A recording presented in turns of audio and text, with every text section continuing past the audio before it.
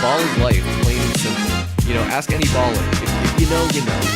The game has changed, but it's still the same. You want it, go get it. Shazam! The inbounds pass comes into Jordan. Here's Michael at the foul line. The shot on Elo. The Bulls win! They win it! Mike, you're honestly telling me that you're top 5. Yeah. Top 5 of all time. No question about it. Booker, this is for the win. Got it! Wow!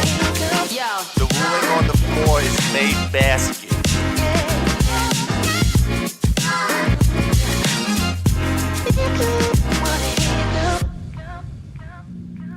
One thing's for sure. Over at Valley Sports Plug, you're never going to catch us slipping.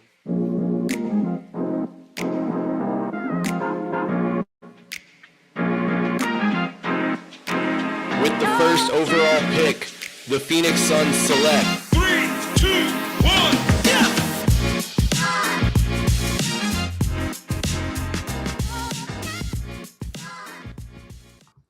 Welcome to Pass the Outlet, episode 30, a milestone here on Valley Sports Plug. I'm your host, Michael Benjamin, joined as always by my wingman, Mr. Chris Patrick.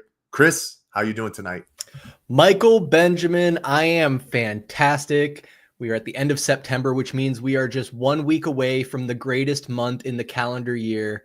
And that's, of course, October for so many reasons, not least of which is the fact that my birthday is in October. But I mean, come on, man, we're getting playoff baseball. The NBA season is starting. Football is in full swing. And now we're being treated to a playoff run by your Phoenix Mercury. Man, it's a great time to be a sports fan in general. But I'm happy to be a Valley sports fan and here to talk with you tonight, Mike. How you doing, man? I'm doing great. We're going to have some fun tonight. Chris already alluded to it. The Phoenix Mercury just completed an improbable Game 2 comeback against the Minnesota Lynx. We're going to dive into it. And we got a lot of Suns news. Phoenix Suns Media Day begins tomorrow. Suns games are still free for fans. A legend is returning. Whew, a lot to break down for the Valley's oldest team. Then we'll break it down with the new Social Swish segment. And we'll end the show on a trip down memory lane with the outlet point guard. But before we get started, if you're watching on YouTube Live on Valley Sports Plug or listening back on podcast streaming services, we love y'all. Make sure you guys like and subscribe to the video. Leave a 5-star review wherever you listen to podcast services. We're going to have some fun tonight. But like I said, let's go back on the Phoenix Mercury just a little bit. They finished 27-17 this year to claim the 4th seed in the WNBA playoffs, and their first round bout saw them matched up against the previous champions, New York Liberty. And what did they do? They miraculously, I think, as some would say, even though they had technically the higher seed, won that series 2-1 after dropping game 1 76-69 in OT. They went to New York and dominated 86-60. And then they hold on in game 3 behind Satu Sabali's 23 points, 12 rebounds, and another Alyssa Thomas triple-double, 79-73 to take that series. And then our semifinal matchup against the number 1 overall seeded, and I think a lot of people's favorites to win the NBA championship this year, Minnesota Lynx. The Lynx won game 1, unfortunately, 82-69. Mercury led 47-40 at halftime, and they only mustered 22 points in the second half after scoring more than that in each quarter beforehand. But the Lynx were led by Courtney Williams, 23 points, Kayla McBride's 21 points, and MVP frontrunner Naphesia Collier's 18 points and 9 rebounds. After the Lynx took the lead, the Mercury tried to even the game down the stretch, but Williams and McBride just proved to be too much, making big shots, helping the Lynx bolster a 6-point lead with under 4 minutes to play, and they never looked back. The Mercury highlighters, of course, from that first game, Kalia Cooper, who's been doing it most of this season, had 22 points, and probably MVP front runner or second in the list, I would say. Alyssa Thomas had 18 points, 8 rebounds, 7 assists, and 3 steals. But the big story from game 1 was 42 points in the paint in the first half for the Mercury, where they only were able to muster 7 in the second half. But Chris, we just saw it. Complete right before our very eyes, before this one started. I will say the second half carried over from game one, right? Trickled over. Mercury only mustered 33 points, and they're down by 16 at halftime in this one. At one point, they were down by 18, but yet they had a second half comeback, ending the third only down by 8 points. Then it was the Satu Sabali show in the fourth. She scored 24 points with 5 3-pointers.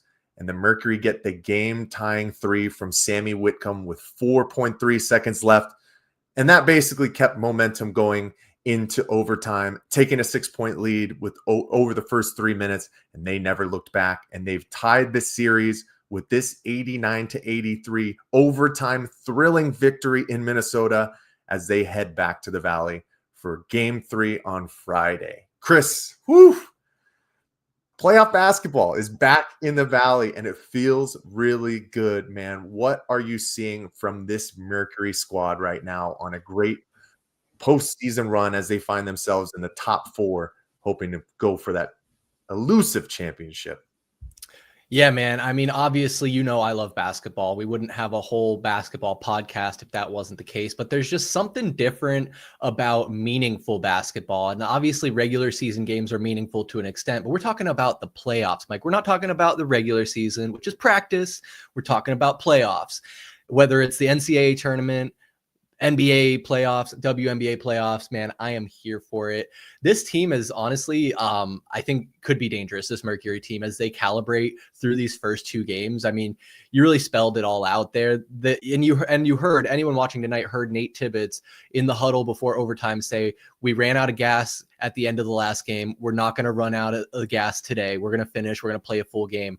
So I think that's kind of what we saw in the first half tonight, where they started maybe too hot out the gate in game 1 and got tired themselves out and kind of wore out. So maybe they recalibrated and they're like, all right, we're going to start this game, not putting the pedal to the metal, but kind of taking it easy. And they're like, crap, we've kind of dug ourselves a hole. Now we got to punch it in the second half. So hopefully going into game 3, what is it, Friday, they'll have a more nice, even keel approach. And obviously you're going to expect the Lynx to calibrate as well. That's what these teams do. You adjust and kind of, play this ping pong game. But the fact that we're going up against the number 1 seed team, a team that only lost 10 regular season games, and we're already able to steal one of those games in a short 5-game series, albeit impressive and excited, honestly, to see, because now you've turned it into a 3-game series going into game 3, and all you gotta do is get 2 more. So anything's possible, and really excited to continue to watch this Mercury team. And I think that's what was key. You had to split this series in Minnesota in order for you to truly have a chance, because the Minnesota Lynx are truly a powerhouse. But man, it has been something special this entire season. Obviously for Alyssa Thomas, she has 9 triple doubles this season, Chris. She actually owns 5 of the 7 WNBA triple doubles in playoff history, which is absolutely insane. That's wild. She's the second player in WNBA history to have a triple double in a winner take all game, which was game 3 against the Liberty. And the last person to do it was Hall of Famer Cheryl Swoops in 2005. So you're looking at something 20 years in the making.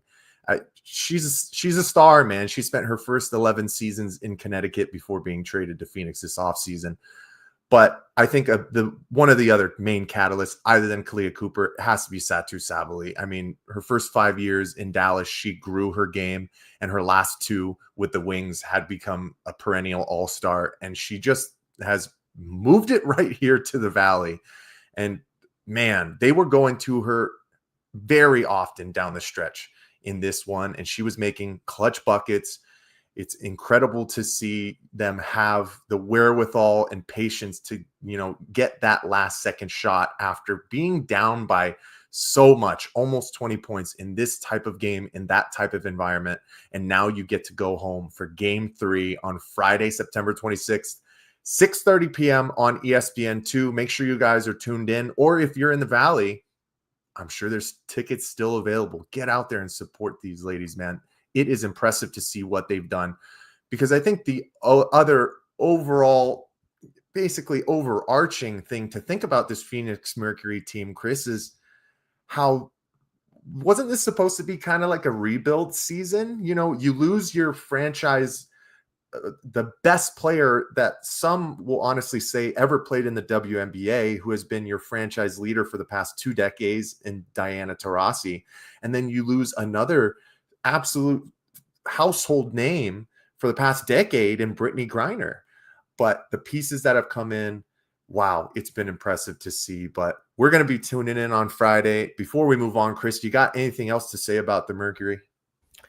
No, man, like you really nailed it. I think it's very encouraging to see a team with low expectations, you know, because that's one thing we've talked about a lot here at Valley Sports Plug is having a team with expectations and then not living up to them. So almost like, I mean, I don't want to say maybe some foreshadowing or could be reading some write on the wall. Don't want to get ahead of myself, but I mean, we now going into the Sun season for the first time in maybe 5 years have rock bottom expectations for this team. So maybe going in with no expectations, there's nowhere to go but up. But to tie it back in, this Mercury team didn't have expectations of making the playoffs. Now here we are, 2 wins away from going back to the finals without 2 of our cornerstone pieces. I mean, I think if you asked a casual fan in Arizona to name a Mercury player, past or present, there's pretty much 2 names they're going to think of, and it's going to be Diana Taurasi and Brittany Griner. But now these new ladies are coming in, able to make a name for themselves and establish themselves. Even women that have had opportunities to, like you said, be all-stars in other cities, just as the game is growing and it's becoming more of a thing here, even locally. I know the Mercury has risen a lot. We're going to talk about the media rights deal, but their viewership is up 400% from what it was before that happened. So a lot more exposure, and I think it's just really great. Really happy and excited for this team, and can't wait to see what they do Friday. I cannot wait. We're pulling for them big time because I have a feeling on the other side of this, you know, series, if they do make it, you have possibly the best WNBA player out there for the past 5 seasons in Asia Wilson with the Las Vegas Aces. But let's not put the cart before the horse, as Chris would say. But it's time to get into the other Valley team, the Phoenix Suns. Like we said, Media Day actually will be beginning tomorrow, September 24th. But this first story actually still has to deal with the Phoenix Mercury, Chris. Because if you're a Phoenix Suns fan and you live here in the Valley, you should already know that the Suns and Mercury have agreed to a 2-year extension with Gray Media to broadcast their games for free over the air across Arizona through the 2027-2028 NBA season. The deal is worth more than $30 million per season, really restoring the money that they left on the table when they walked away from their long-standing partnership with the then bankrupt Diamond Sports in 2023. Matt Ishbia, he finds a way to say the right things, and this really hit home for me. He tweeted, "This free TV deal is for our fans. Do right by the fans and the community, and great things will happen. Super proud and excited to extend this deal until the end of 2028, and we're grateful for the partnership with AZ Family." Chris, as a diehard Phoenix Suns fan, what does this mean for you, for your fandom, to be able to turn on your TV, turn it to your local station, and see every single Phoenix Suns and Phoenix Mercury game for the next 2 years? How does it make you feel? Oh, I mean, man, it's got me ecstatic. Honestly, it's amazing, man. Honestly, I know we talked about some of the stuff when the deal first happened, whatever it was last season or the year before, but there's just something about being able to view, especially in this modern age. Because real quick, I wanted to take it back to when we were kids, Mike, and I know you got to be courtside for a lot of those games later on, but earlier, I mean, we were watching games on Channel 3 and UPN 45, and because those games were so available to us, I think played a big part in shaping us as Suns fans growing up here in the Valley, because we were able to turn that on and watch the games. Whereas in this modern day and age where everything's all segmented out in streaming platforms, I mean, we even see the new deal with the NBA and the NFL, they spread it out over 4 or 5 places to where you really have to load up on your subscriptions, and nobody has like standard cable packages anymore to get a Fox Sports, or I don't even know if whatever the hell other channels we used to have to watch exist. But no, to bring it more, this is huge. I mean, say what you will about Matt Ishbia, and I do have criticisms of the man. This is an absolute win. This shows that, I mean, despite some of the moves and the things we're getting into that he can be criticized for, this is something that absolutely shows that he's in it for the fans, and like his heart is in the right place with wanting to build the best possible team, wanting the fans to be able to watch those games. And also, I know he's done a lot with the in stadium experience as well, with, I believe, reducing the cost of a lot of the concessions in the stadium. I mean, this is just, you can't express how much of a win this is. And the fact that it's going to keep going for guaranteed through the next 2 seasons, I think is what I'm reading here, is amazing. And I look forward to watching many a Suns games. And if you don't know, guys, all you got to do, go out to Walmart. I think it's about $20, buy the antenna, the new digital antenna, plug it into the back of your TV, and you're good to go. Yeah. I mean, on this podcast specifically, Chris, there's going to be some highs and lows. We were talking about it before the show even started. There's times to be critical and have that criticism, but this one, you have to show your gratitude, especially as a Phoenix Suns and a Phoenix Mercury fan. I mean, Ishbia even said it himself. If you do right by the fans, you can never go wrong. You touched on what they've done in the stadium for some of the food, where I think you can do like $2 hot dogs, popcorn, sodas, all that good stuff. Kind of something similar that we see with the Arizona Diamondbacks. But then at the same time, he's, finding ways to give back to season ticket holder fans as well. I just got an email recently about how they're making a whole brand new FanDuel section, basically 6,000 square foot area that's going to have different food, different amenities, basically a big thank you to the fans. And this is a big thank you to every single fan of this fan base. You have to be appreciative if you're a Phoenix Suns fan, because we might touch on it. Sometimes the NBA doesn't care or cater to the whole fan base. But with that being said, it's time to move on. But thank you, Matt Ishbia. I will take my free Suns games all day long, but we got to keep going with the Phoenix Suns, Chris. It seems like the new era is right beside us as Phoenix Suns Media Day kicks off tomorrow. So technically, most of the NBA teams' media days don't hit until September 29th. So we get a 5-day head start. And we know, we haven't done Past the Outlets for the past 2 months because July and August were really quiet, but it's time to start the speculations. And Suns fans get to do it 5 days early. Chris, we have a lot of firsts, right? This is our first media day for new GM Brian Gregory, first media day for a brand new head coach in Jordan Ott, a first for guys in the Suns uniform for the first time, like Jalen Green and Dylan Brooks. But I got to start off by asking you, tomorrow, when you're looking at social media and keeping tabs on these players addressing the media for the first time for this calendar year, what are the questions you are hoping to be addressed? Ooh, man. I mean, I guess the question I'm hoping to get more clarity on, and I think we've already heard a little bit, is the point guard situation. We've gotten conflicting reports. I think we've heard both Booker's going to be point Book, but then we've also heard Jalen Green's going to play some point, and then we've heard that they're kind of maybe going to alternate, or no, neither. I've heard every which way on this issue, so I want to get some clarity there. I think the last thing we had heard on it is that Jalen Green was going to be bringing the ball down. I don't know. The other thing, the center situation, I think people have kind of started to connect the dots on it. Just the confusion behind why are you drafting Malawach and then turning around and trading for another center right off the rip, as well as already having a center on the roster. So you got 3 centers, but I just think overall, I want to know just kind of what the starting 5 is going to look like, what the rotation is going to look like, and what role these guys are going to play. I think those are the biggest lingering questions, and I don't expect many answers until the games start getting played, though, unfortunately. Yeah, I'm 100% with you. Ever since the new hiring of GM Brian Gregory and Jordan Ott, that's really all we've heard about this offseason, right? So now I'm focused on the play on the court, right? I got a couple of questions. What's the roster identity going to be, right? Are we going to be fast and aggressive with this new youth movement? Are we going to have an excess of threes from our large wing room, just chucking it up all the time?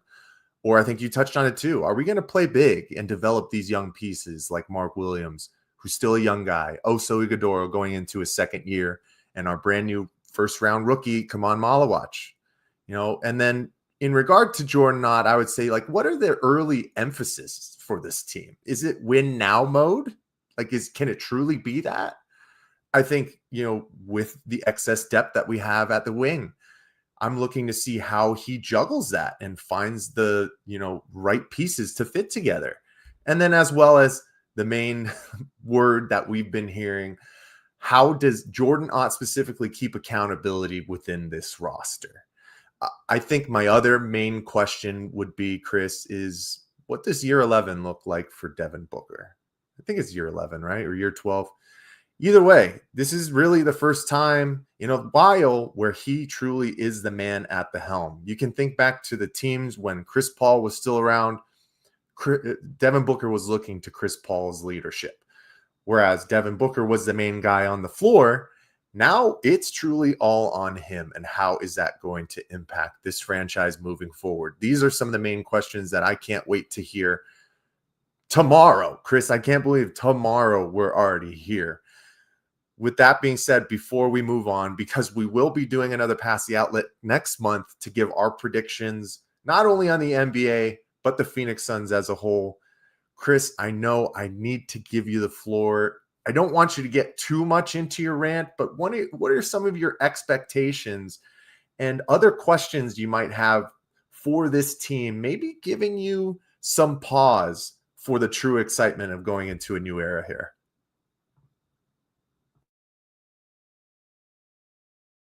Oh my goodness, if I could use the hotkeys on my keyboard correctly and not open up every window that's not the unmute button. Mike, I will save the majority of this rant, and I might even have to put pen to paper to collect all my thoughts for when the time for the full rant goes down. But I'll give you my 60-second version. I mean, historically here on Valley Sports Plug Network, I have been a pessimist. I have been negative. But recently, for various teams, I've started to turn the leaf, I believe. I'm been pretty optimistic with the Cardinals.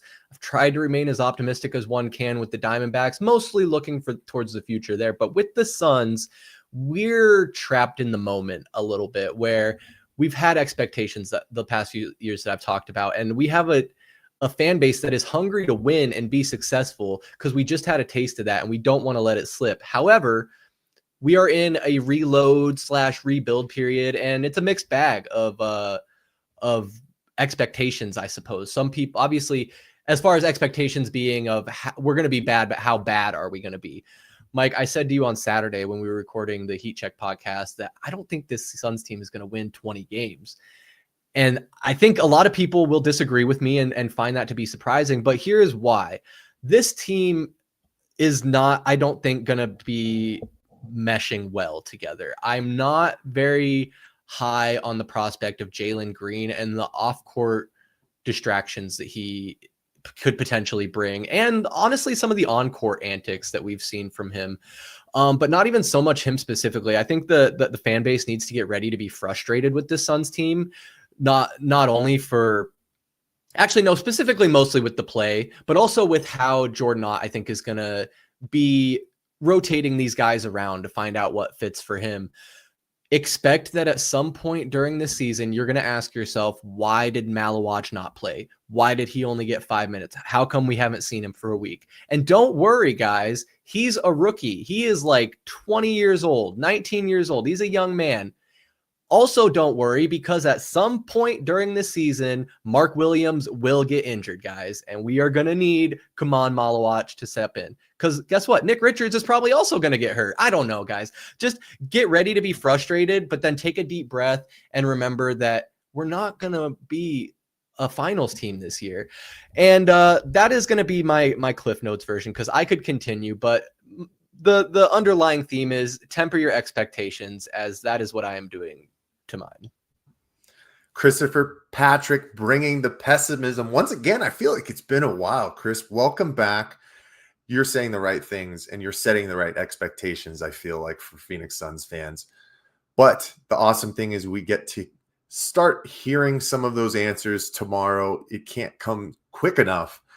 And I think when I go back to the media day, Chris, which brings us into our next topic, I guess I can say, the last question I might have is, what is the impact of bringing in Steve Nash to the Valley, man? The big news, which hit yesterday on Monday, was that Steve Nash will rejoin the franchise as a senior advisor. Matt Ishbia, if you're watching on YouTube, if you're listening on podcasts, he said Steve Nash was an amazing player and exactly what the Phoenix Suns are all about. His grit, toughness, and winning mentality have defined our organization in the past, and I'm excited to share that Steve is formally joining the Suns as a senior advisor and will help us to define our future for years to come. The two-time MVP returns back to where he truly cemented his name as one of the best point guards of all time. He is our franchise record holder in assists and free throw percentage. He joined the Basketball Naismith Hall of Fame in 2018, and he had us this close to a couple of finals appearances. Chris, I will always hold Steve Nash in regard very highly because of my time that I spent with him on the floor as a ball boy. My first year being the year that he returned to Phoenix in 2004, 2005. So I have very fond memories. I know yours waver a little bit, but I got to ask you right off the rip. I got a few questions. So let's start with this one. What does this mean to the Valley to have Steve Nash back with the organization that made him who he is?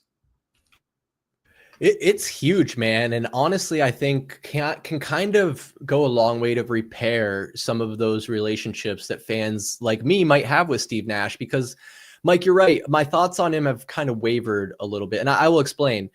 First and foremost, Steve Nash was probably one of, if not my favorite player growing up. It was him and Tracy McGrady, and that was pretty much the list. But Steve Nash specifically because he was a guy that, I mean, obviously not my height when I was a kid. I was like 5'5" or whatever, but like I could see he was a shorter guy on the court. So if you scale it, I was a short point guard and he was a short point guard. And as Mike, you've played with me for over a decade now. And you remember I used to be a little reckless with the behind the back passes. Blame Steve Nash for that. I wanted to be like Steve Nash. I emulated my game after Steve Nash. Shoot the 3-pointer, slash the lane, dish it. That was what Steve Nash was all about. And that's what I tried to do in my game. So love Steve Nash. Loved everything he did here. Kind of hated how his career ended, but I get it. The Suns organization was basically going into a full rebuild. And we're like, hey, let's send you to a contender. Try and get your ring, Steve. I'm not gonna knock him for going and basically being injured all the time on the Lakers and not winning a championship. But full circle, the reason I was a little bit critical of Steve, which I will give him grace, is that after that period where we sent him to the Lakers, his career ended. He didn't really like return to the Valley in any capacity, and he didn't really go on to like talk. I wouldn't say he didn't go out of his way to not talk fondly about his time in Arizona, but he just didn't talk about his time in Arizona really.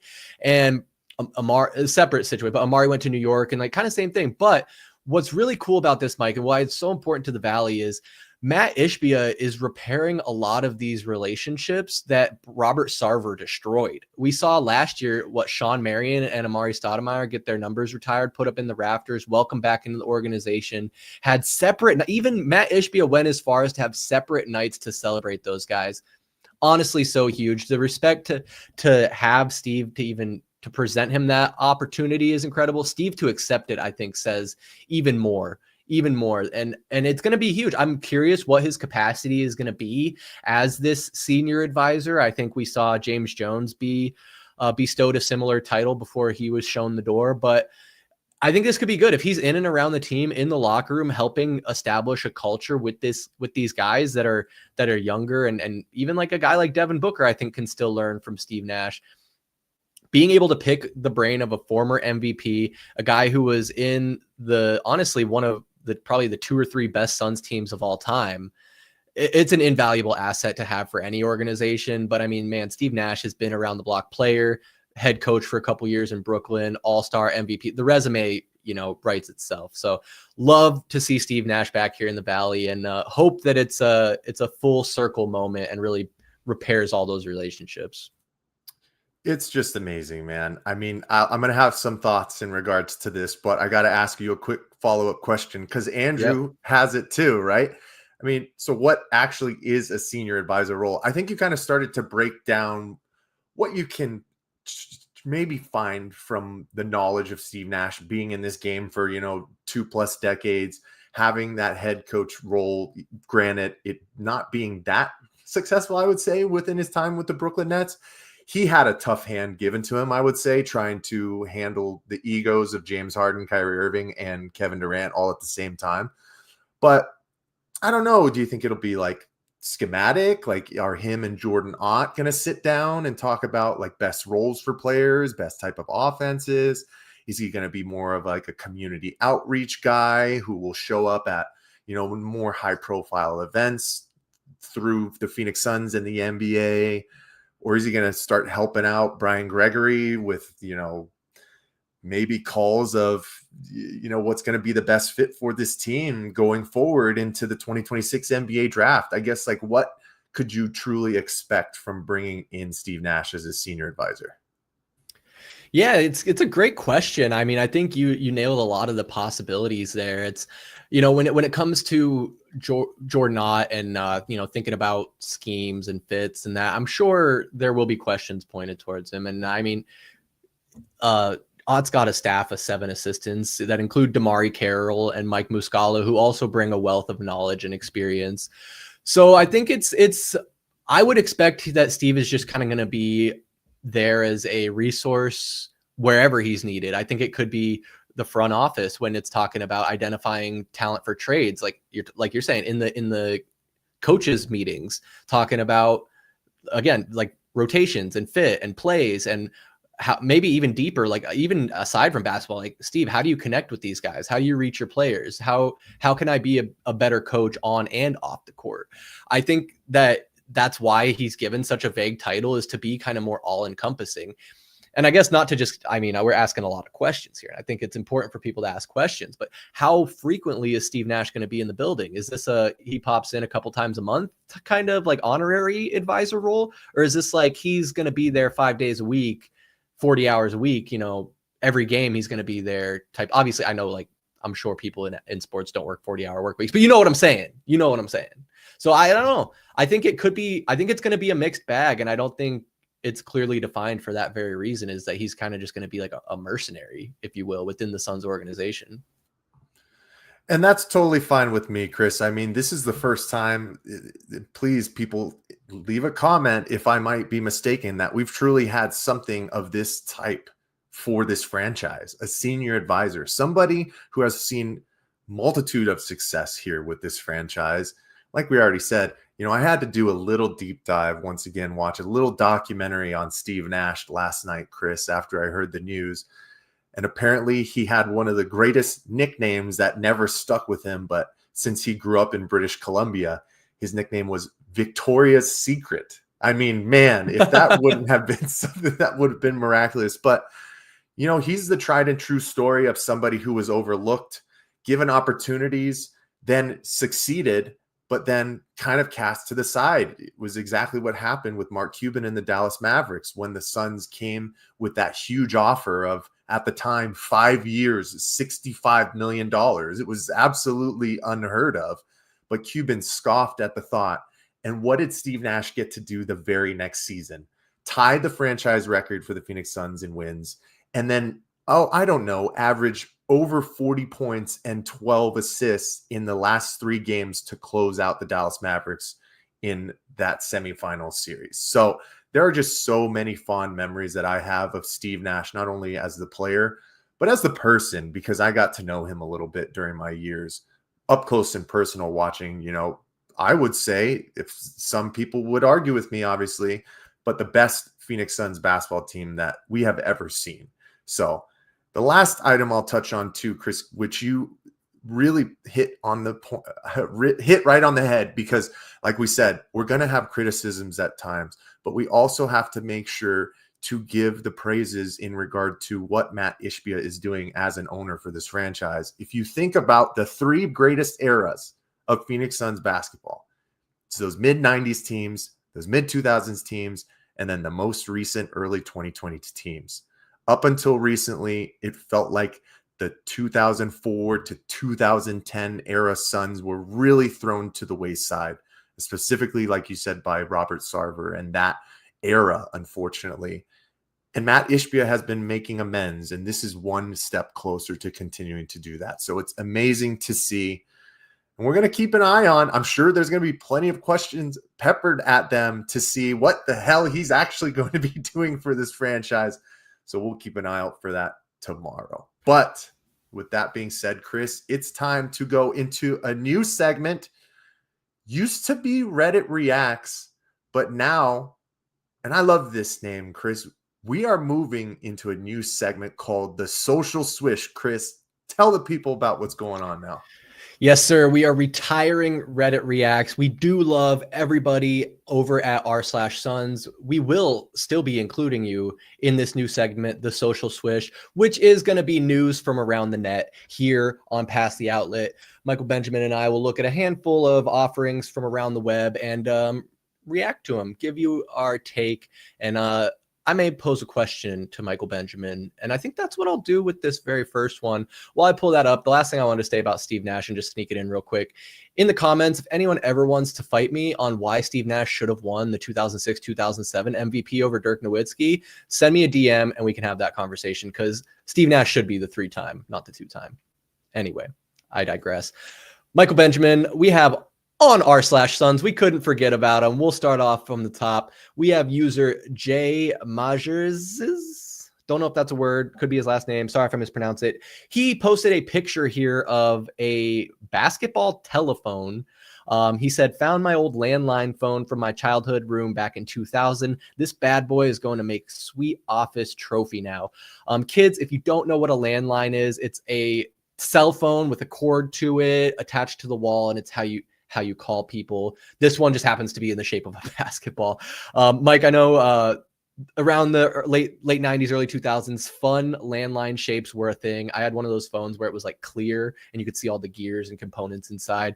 Never had anything quite like this, but I brought this up, Mike, because I know you have a good amount of memorabilia in your collection. Just was curious what you thought of this, and if you had anything like it, or better yet, what is the oddest piece of memorabilia in your collection?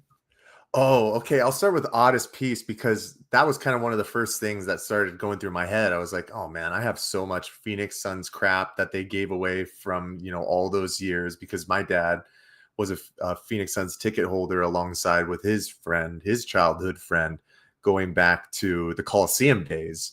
But I think probably the strangest, because I didn't have anything too crazy, I would say, but the strangest one might have been like a gumball machine that I had got from, the kids club back in the day. I think Circle K sponsored it. Like the little gumball machine? The little gumball machine. Nice. And I used to pack that thing full to the brim and would utilize it all the time. Oh, you know what, Chris? One time I'll bring it.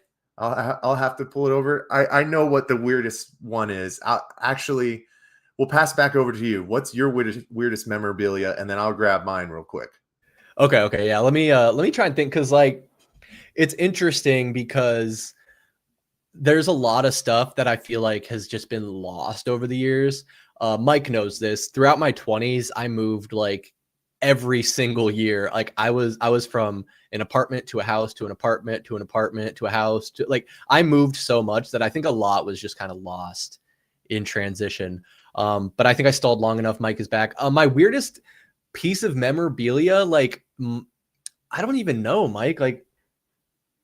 It might have been something you gave me, you brought for the set. I'm looking at a Phoenix Suns soccer ball right now. That's kind of weird.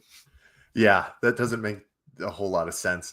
I would say one of them, which kind of goes along with that too. I got a Louisville Slugger actual wooden bat with Amari Stoudemire's signature etched into it. Oh, all right. That's kind of weird one, because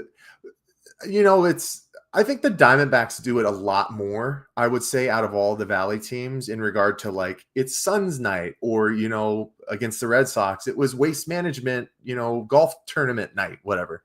But the Suns used to kind of do something like that. So I actually still have that bat and I keep it in my car for some reason. For protection. Just in case. But, that's besides the fact. But Chris, this is the weirdest one. Me and my dad actually both have one of these, and his is signed. It's a Sean Marion rubber duck doll. It doesn't. Oh, yeah. Okay. You can hear it. It still squeaks a little bit. Mike, that is nightmare fuel. But this was from celebriducks.com back in the day. I wonder if they even do anything like this anymore. But me and my dad both got these. And as a season's ticket holder, which it sounds like they're going to be doing something like this now on Saturday, where they're going to kind of have an open house where fans can go and have games and the whole team is going to be there. But every year for, I don't know, like 10 years, it seemed like they would have a fans first like party where if you were a season ticket holder, you could go, and they always had it at Fiddlesticks in Scottsdale. I don't know if you remember that place. It was basically like, oh my gosh, what was the place that had the go-karts and the driving green and the putt and the... I think that was Fiddlesticks. There's one in Tempe. Oh, okay. No, so it's condos now. It wasn't at specifically Fiddlesticks, but it was at a place like Fiddlesticks. It's so long ago, I can't remember anyways. But so I would take all like my cards and little memorabilias. Like Chris, I think in there on your set right now, there are 2 golf balls up there. One is signed by Sean Marion, and then one is signed by Rodney Rogers.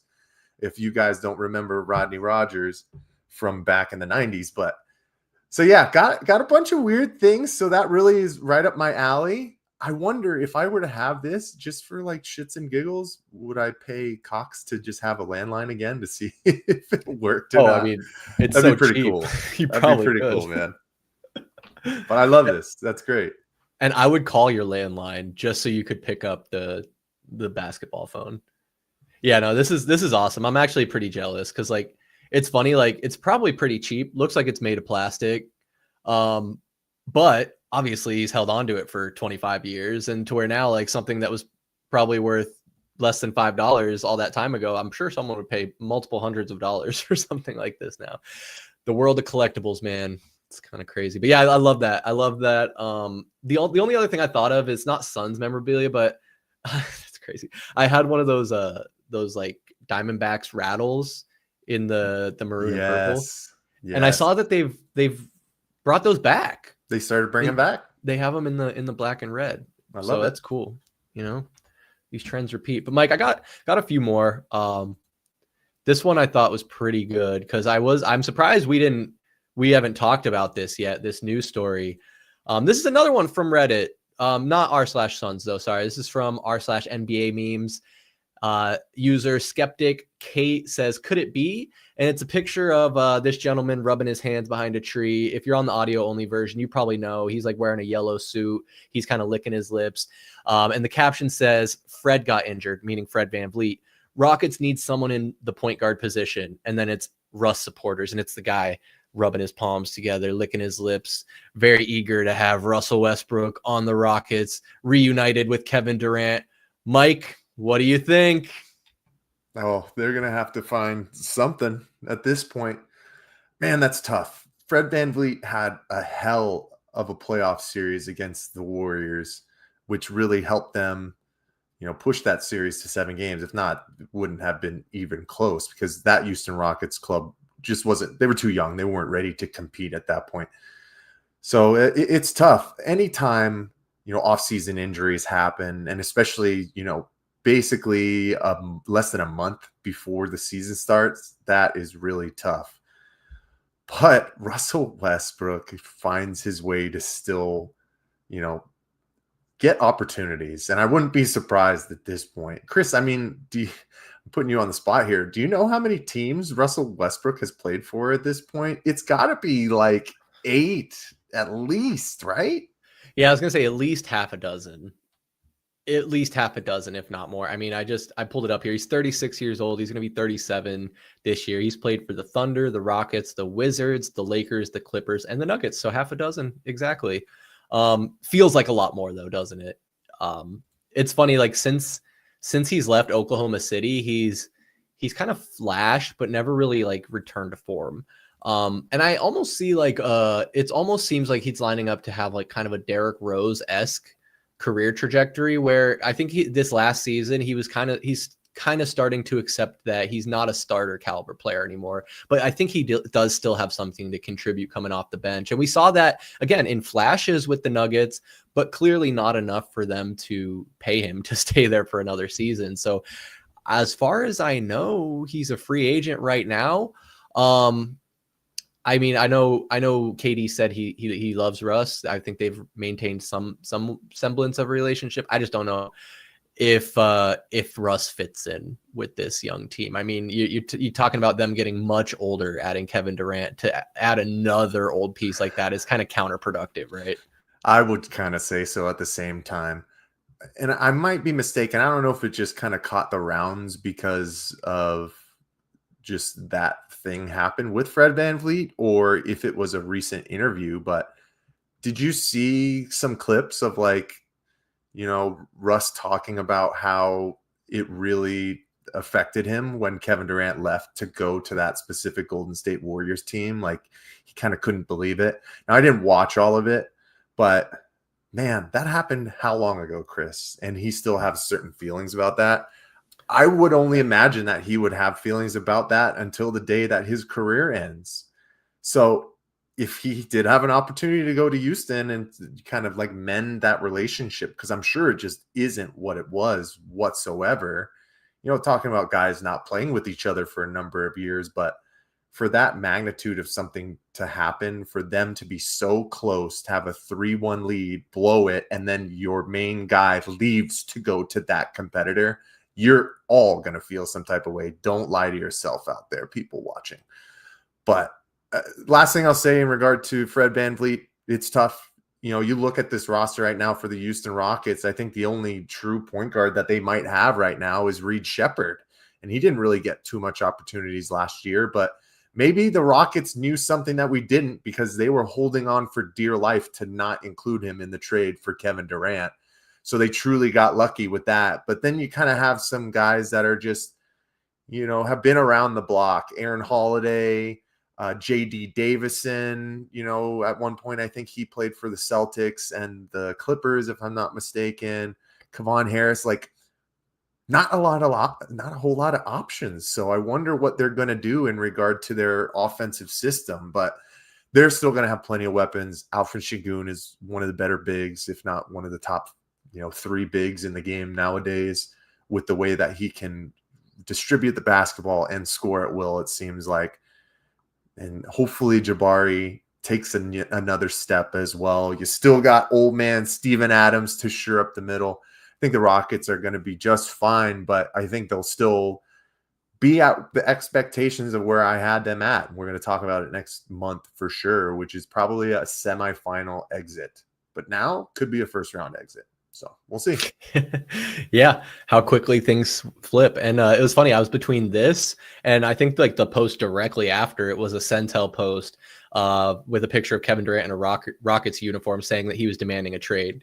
Because when things go slightly south, Kevin Durant's jumping ship. And I will say just the comment I wanted to sneak in on the Kevin Durant and Russ thing is, I remember back in that time period, 2015, 2016, and I don't blame Westbrook for feeling some type of way about Durant leaving, but at a certain point in time, whenever it happens that Russell Westbrook really sits down and reflects on his career, he is the sole reason that Kevin Durant left. When the seconds were ticking away and the game was on the line, everybody, all 8 billion people in the world knew that Kevin Durant should be the one with the ball in his hands. At the time, the best player in the world. But Russell Westbrook, while he was one of the best players in the world, was not Kevin Durant, but felt that he should have been the one with the ball in his hands. And he had so many times where everyone is standing, give the ball to Kevin. And Russell Westbrook just wanted to be Timothy. and he didn't do it. So KD said, you know what, Russ, your team, Russ, you got it, boss. You got what you wanted. I'm gonna go elsewhere. Now you can criticize KD going to Golden State. I won't knock anyone for that. I think that's kind of lame, but I do not blame him for leaving the Thunder. But Mike, another conversation for another day. Am I right? So we'll keep it pushing. I think I did have two more, but I'm going to trim one. We'll just go to the last story here because I think it's important. I think we want to have enough time to talk about it. This one is not as funny. And this is as we talk about news from around the net. This was a story that broke today by ESPN's Baxter Holmes, who for some reason has a issue with the Suns. He seems to always be breaking every single negative story that's Suns related. But hey, he's a journalist. I don't hold it against him. But we have the news here, broke earlier this afternoon. The Phoenix Suns, while facing several lawsuits from current and ex-employees, told employees this spring that in order to retain their jobs, they need to sign an agreement limiting their ability to sue the team sources told ESPN. And this is on the heels of a couple of years of various workplace related lawsuits trickling in. I mean, even going back to the Robert Sarver days, but spilling over into the Matt Ishbia era. And I remember there was that one instance that we talked about earlier this year with, I believe, some facility guy kind of was accusing Bartelstein and Sophie Cunningham of having some kind of affair, and Bartelstein being kind of like negligent in his duties. But this is just, again, like just negative news that is unnecessary. Mike, I don't know if you've had a chance to really dig into this reporting by Baxter Holmes, but what are your initial thoughts?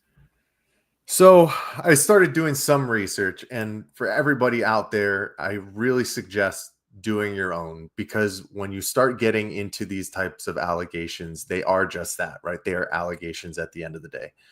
You have to do your own research to find where you sit within these types of situations. The unfortunate thing about this, Chris, is that, we all applauded and screamed from the top of the mountain and jumped for joy when the sale of the team went to Matt Ishbia, because we were just basically like, good riddance to Robert Sarver, right? Not only were there all of these different allegations about himself, but the organization, how it was ran. And then not only the inner workings, but, how he handled relationships with players, how he was frugal to a fault, didn't want to pay guys. The big one I will always come back to is Joe Johnson, who ended up being an all NBA guy for a multitude of years after he left. But 6 different suits since October 2024. We're about to hit a calendar year, and they're at 6. And it seems like a lot of them are still within the situations of like racial bias or like intentional infliction of emotional distress. Like, what's happening over there with the Phoenix Suns, right? It's the question that I think a lot of people need to be asking. But some of these that I've just seen like more recently, Chris, one can go back to November 2024, a woman named Andrea Trishan. She had those exact claims of racial bias, intention and infliction of emotional distress during her employment from September 2022 to July 2023, which basically was at the start of the time Sarver was suspended until he was he sold the team to Ishbia in December 2022. But the sale, if you remember, wasn't finalized until February 2023. So your question is, was that the Sarver era or was that the initiation of the Ishbia era? But another one that I've been seeing making the rounds, Chris, which I don't think has a lot of media traction just yet, is there's another woman on social media named Chelsea Vega. That's what she goes by online. She spent 5 years with the Suns, and she claims to have spearheaded the El Valle campaign in 2023-2024, right? But she's claiming discrimination and basically having her name stripped from the campaign, which she says that she spearheaded and was the true lead of. She was excluded from press releases. She was disciplined for trying to take credit for the work on her social media platforms by the Suns themselves. And instead of crediting her for her contributions, what she states is the bone that they threw her was, giving her one interview, and it was on Telemundo because she was of Mexican descent. And her big thing is like, yes, I mean, it was great for her to be of cultural impact to such a big campaign for Mexican culture, but she wasn't given credit. And they were just kind of basically like, oh, the Mexican girl can go on Telemundo and speak in Spanish when English is her first language. So this is too much, Chris. This is happening too much, basically what I'm trying to state. And within one calendar year after a transition to Matt Ishbia, it seems like it's just ramping up. It's not slowing down. So that's why the Suns come out and state that they're having their employees now sign these agreements. But I don't know if you touched on it. I don't think you said it. But the senior vice president of communications, Stacy Mitch, came out with the statement that said this policy is standard at most large organizations, including Disney, ESPN, and many other NBA teams. This policy does not result in the waiver of claims.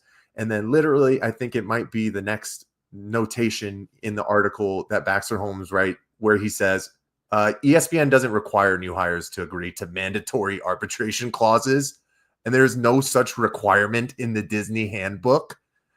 So it's unfortunately seems like they didn't do their research before they came out and stated a claim. But all in all, going back to what I said is, until we see this handbook and we see this agreement, which I didn't do enough research to see if this has come out yet, you have to take this with speculation. But the track record that's going on, the suits that have been already reported, even if they're Jane Doe's, we're sitting at 6 since October.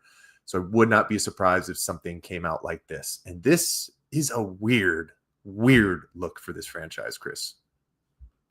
Yeah. And I mean, we talk about optics a lot on our podcasts, and for various variety of reasons. And this is just one move for the Suns that's bad optically, even if it's true. Because I was going to bring that up, because I didn't read that part about the arbitration, but I was literally thinking that, like, I know that those things exist in corporate America, and even in all those fine prints that we get. Like, I remember a story where somebody had to do something law related with Disney, and they're like, oh no, when you clicked that little box for the terms and conditions when you bought Hulu, you said that you had to settle this through arbitration. You can't take us to court. So I don't know about workplace stuff. I know, like, Matt Ishbia comes from the mortgage world, which is heavily regulated by the government. So he's familiar with a lot of, like, that type of, like, of regulation, and obviously probably being in and around lawyers and consulting lawyers on this type of stuff. So I just think, from my perspective, as much as, like, I can sit here and play devil's advocate and be like, I don't know. Mike, you really nailed it. And I didn't know the story about that woman in the El Valle campaign. And it made me think immediately, as you're talking, of there is a difference between what is acceptable per the law and what is acceptable morally. And I know for me and my job, when I signed up and agreed to my terms of employment, part of it was anything I create at work. So say I come up with an amazing Excel spreadsheet that can run the entire department. That is property of my employer. I cannot stake any claim to that. So there might be something like that where, yeah, the Suns have something where it's like any work product is property of the Suns. And that's all well and good. And that can remain true where you guys own El Valle and all that. But give the woman credit. I mean, if she truly spearheaded the campaign, brought the idea, and you're just rolling her out there as, like, to Telemundo, I mean, that is, again, optically just terrible, man. Just terrible. That's what it is, right? The optics about it, because they gave credit to everybody else, is what she's claiming. They gave credit, and I think it was a guy named, like, Chris Martinez or whatever. But it's basically kind of like it's changed his status, not only within the organization, but, like, as a league as a whole. I think she said that he got some special cultural award from the NBA itself that was given to him by Adam Silver. I mean, you don't think that your hard work, you would want to be recognized by that, by the highest appointment in the NBA, and be thanked? It like you said, it's moral. It's the moral compass not going the right way, right? And no matter what, Chris, I think at the end of the day, in regard to some kind of agreement like this, if you're stating, hey, these are our terms of employment, this is how we run things, okay. But if you're this franchise, you cannot live within this situation of having this type of agreement in order for you to live in inappropriate working conducts and protocols. I guess, if you want to get with some like legal jargon, which it's not even that high of legal jargon, right? You can't state that you're not going to sue us so we can keep living within this racial biases and the improper way to function within a working environment. That just can't be the way that it's going to be. If you want to protect yourself as an organization, I totally understand that, because like you said, Matt Ishbia comes from that corporate America, which especially in the insurance agency, they have to do consistently. But you cannot do something like this for you to still live in the wrong realm. That's really all it comes down to. Well, and to further it, I mean, as a very culturally diverse country, but also Phoenix is very culturally diverse, and the Suns have prided themselves on that. I mean, we even had the teal jerseys with all the tribal nations, and have Pride Night and Black History Month night. I don't know. There's just nights they celebrate all cultures at these games, to where you're going to preach it to your fan base, but then you're not going to practice it in house.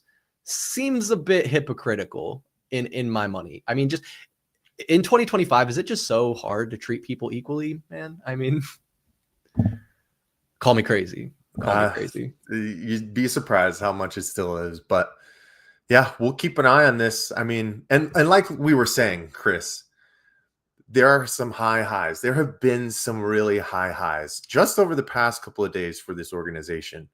But I mean, when you have polarizing figures and when you're the oldest sports team in the Valley that has the most fans, for sure, things are going to get out. We're going to have those conversations, and we're going to keep people accountable that need to be kept accountable, right? I'm not Chris Hansen over here, but I like my team to live in the moral truth. So 100%. Mike, I don't mean anything else for us. Yeah, I was gonna say, I don't mean to steamroll you, but man, I feel like we're bouncing off each other real well right now.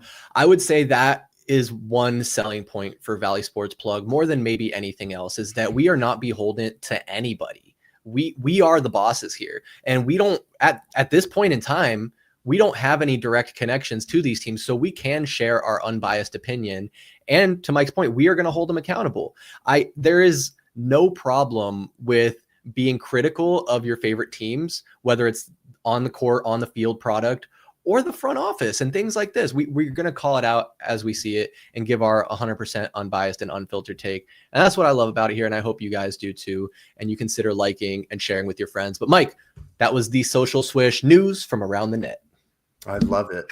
What a name change. We rule this realm, and the show must go on. And the show is going into the final part of our show, which is the outlet point guard. If you guys joined us for episode 29, you know that we're changing it up a little bit, right? As time moves forward, we want to adjust as well. And Chris had a brilliant idea with my various cards, signed cards by really a whole multitude of different NBA players over the years. A lot of them are from when I was younger, I will say that. But we've transitioned the pointlet out guard into basically kind of a trip down memory lane, looking at some of our favorite players, some people who, like one of my favorite phrases nowadays, were polarizing figures within the NBA. And today I had a really, really fun one. And man, I'm sure a lot of people have their opinions and thoughts on this guy, but it's the two-time champion J.R. Smith. If you can see on the graphic right there, that's the card that I have signed. It's actually his 2004 Bowman Chrome rookie card from when he was drafted by the New Orleans Hornets. Chris was saying before we started, he didn't remember that he actually played for the Hornets, but he played for the Hornets for his first 2 years, then went on to Denver for 5 years, where he played with Carmelo Anthony and infamously Allen Iverson. Then he spent 3.5, I would say, of his best years with the New York Knicks, where his best year came in 2012, 2013, where he won the sixth man of the year, averaging 18.1 points, 5.3 rebounds for a great Knicks team at that time. But then we know he went on to Cleveland to join up with LeBron James and won his first title in 2016 in the infamous comeback as the Cavaliers were down 3-1 to the Warriors. J.R. Smith was a true contributor for those teams for sure. But then he ended his career, one last dance with the Los Angeles Lakers, Chris, where he did, to some people's chagrin, and if you put the asterisk on it, won his second title for the bubble Lakers in Orlando. But his career averages are 10.7 points per game, 3.0 rebounds per game, 1.3 assists, shooting 36.7% from the three-point line and over 70% from the free throw line. Chris, what do you remember about J.R. Smith the most? I feel like mine is going to be what most people will remember J.R. Smith for, and it was the 2017 finals run, where correct me if I'm wrong here, the series of events, but I believe J.R. Smith pulled down the rebound with very few seconds left. And instead of putting up the easy shot that's right there that you yell at me to do all the time, he pulls it around and gives it to LeBron James at the top of the key. And that's that famous LeBron, like, what are you doing? Is it the first? Tell me it's the first one you have queued up. Okay. No, this is just kind of a highlight package of him. Okay. But yes, that is very much one of the first things that a lot of people remember about J.R. Smith. I will say, though, his performances and his high-flying acts when he was with New York are some of the ones that I remember. Like, he had an infamous, I don't know if it was a putback, but it was basically kind of like a windmill dunk, which just looked utterly effortless. And then he had another play when he was with the Denver Nuggets where he almost jumped from the free throw line, just attacking the rim like an absolute savage.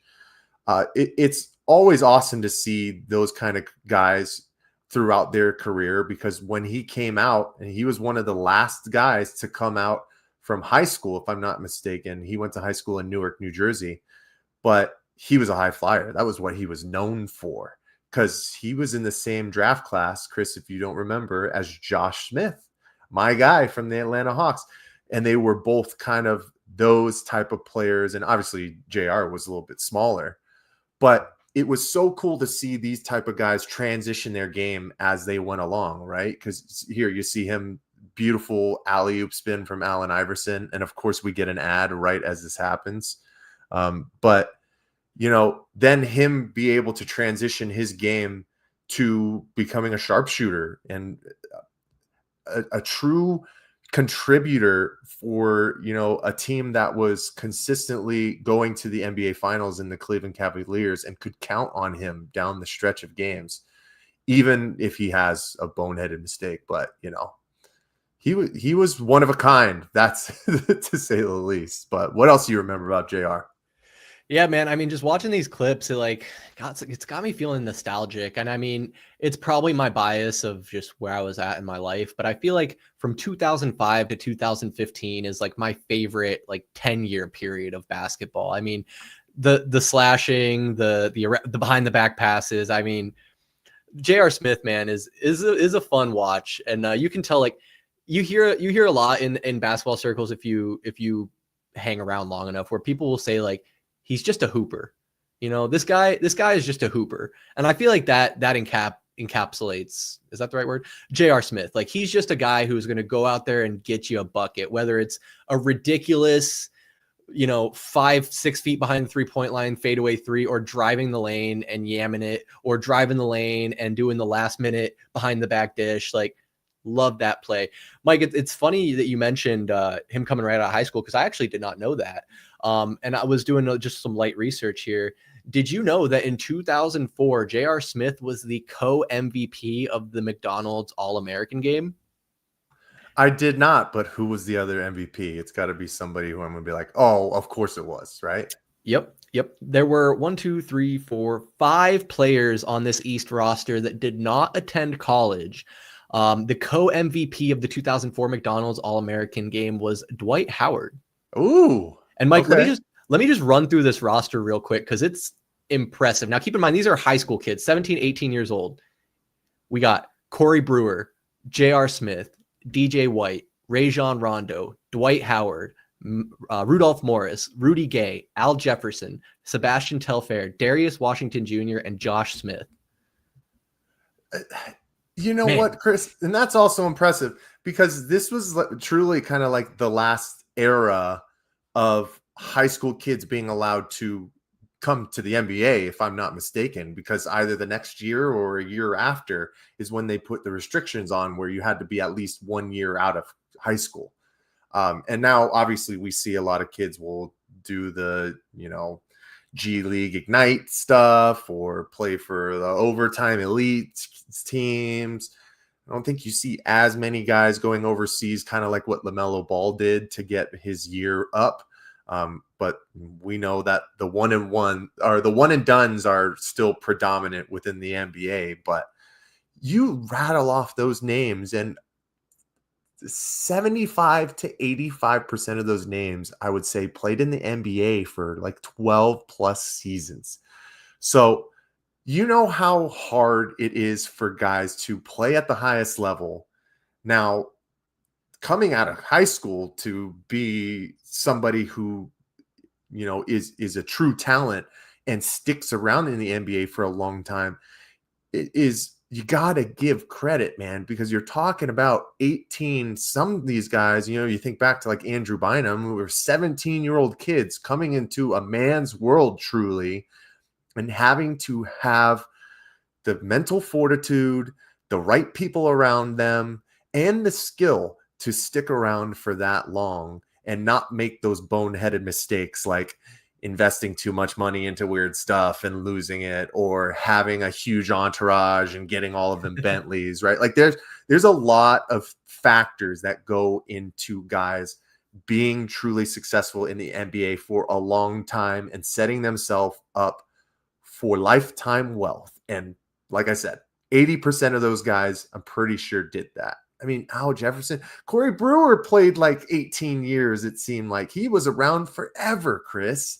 I think there was a lot of hopes for Sebastian Telfair. Unfortunately, that didn't pan out, but he played for a couple of years too. So there was a lot of success from that draft class, which is crazy to think of. But yeah, the last thing that I wanted to touch on for JR, and I thought it was a cool tidbit, obviously, because your boy's been getting into golf a lot more, right? Chris, weren't you the one who said that it needs to be studied how the basketball player transition to golf later in life is truly miraculous because there are just so many of those kind of guys. And J.R. Smith is literally the quintessential person for that. Because if you remember, in 2021, he enrolled at North Carolina A&T State University to play on the school's team because he is that good of a golfer, man. Shout out to J.R. Smith, one of the all-time NBA characters and a hell of a player. If you don't think so, then you just weren't watching. But Chris, before we end for the night, you got anything else you want to reminisce on for J.R. Smith? No, man, just a lot of respect for JR, man. I mean, you don't have that long of a career in the NBA by being a slouch. I remember I was telling Mike before we launched, like I remember J.R. Smith being a very reliable player in NBA 2K, which during that 10-year period I highlighted, I was playing a plenty of. But yeah, no, J.R. Smith, good time, a hooper's hooper, definitely something a player the younger generations can learn from. And almost like I talked about with Derrick Rose and now maybe Russell Westbrook, J.R. Smith did evolve his game throughout his career. Again, you can only be a high flyer like that for so long before you're grounded because your knees only allow you to do that for so long. And he evolved his game and fell back more on the shooting and was able to hone that skill and be successful at it. So yeah, lot of respect for J.R. Smith, and love the new and improved outlet point guard, Mike. It's really, really good segment. I like it. Oh, we're going to have fun, man, because we're going to, the longer we do this, man, we're going to start diving into some weird corners of the NBA where some people might not really remember. But that's why I'm super excited to continue to do that. But Chris, I think we went over all of it. Shout out the Phoenix Mercury with a great Game 2 win in their semifinal bout against the Minnesota Lynx. It's a 3-game series. Like you said, now hopefully they can continue their march towards an NBA championship. Phoenix Suns, we got a lot more to talk about on them as media day approaches. And welcome to the show. What is it? The social swish? Did I get that right? Or did I mess that up already? You did. It's the social swish. We're going to have a lot of fun continuing with that. More memes, more news stories, and all that good stuff. But Chris, before we close out for the night, you got anything else you'd like to say to the people? No, man, I just I know we left a lot of meat on the bone here talking about the Phoenix Suns, and that's intentionally because there's over the next month, there's going to be a lot for us to break down and talk about the Suns and the NBA more broadly. But as pessimistic as I am still excited for Phoenix Suns basketball and the basketball season more broadly. We didn't do fantasy basketball last year. We're bringing it back this year. So we'll see. We might do a little something for that. I know in the past we did a little live stream of our draft, our online draft. Nothing like we do for fantasy football, but that's all in the works. But no, I just want to say thanks, Mike. This was a lot of fun. I always enjoy our little one-on-one here to chat basketball on Pass the Outlet. It's good to be back. It's good to be back on Pass the Outlet. Thank you, Chris Patrick, as always. If you guys have joined us all the way to the end, thank you so much. Make sure you like and subscribe this video on Valley Sports Plug YouTube. If you're listening back on podcast streaming services, leave a comment, leave a review. We appreciate all that. And we're really here at Valley Sports Plug for the people. So if there's anything ever you guys are looking for, leave a comment down below. We're always reading them, and we appreciate your time. But this was Pass the Outlet, episode 30. I'm your host, Michael Benjamin. That was Chris Patrick. We will see you guys next month. And we will see you next Tuesday for another stream. Peace. 1,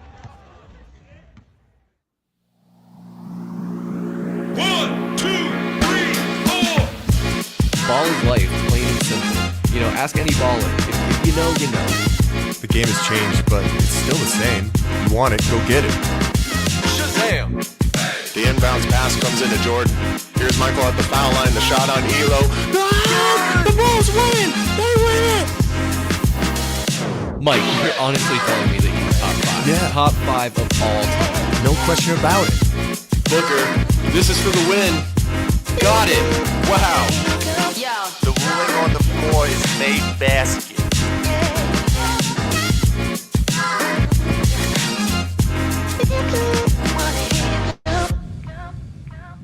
You know, one thing's for sure. Over at Valley Sports Plug, you're never going to catch us slipping.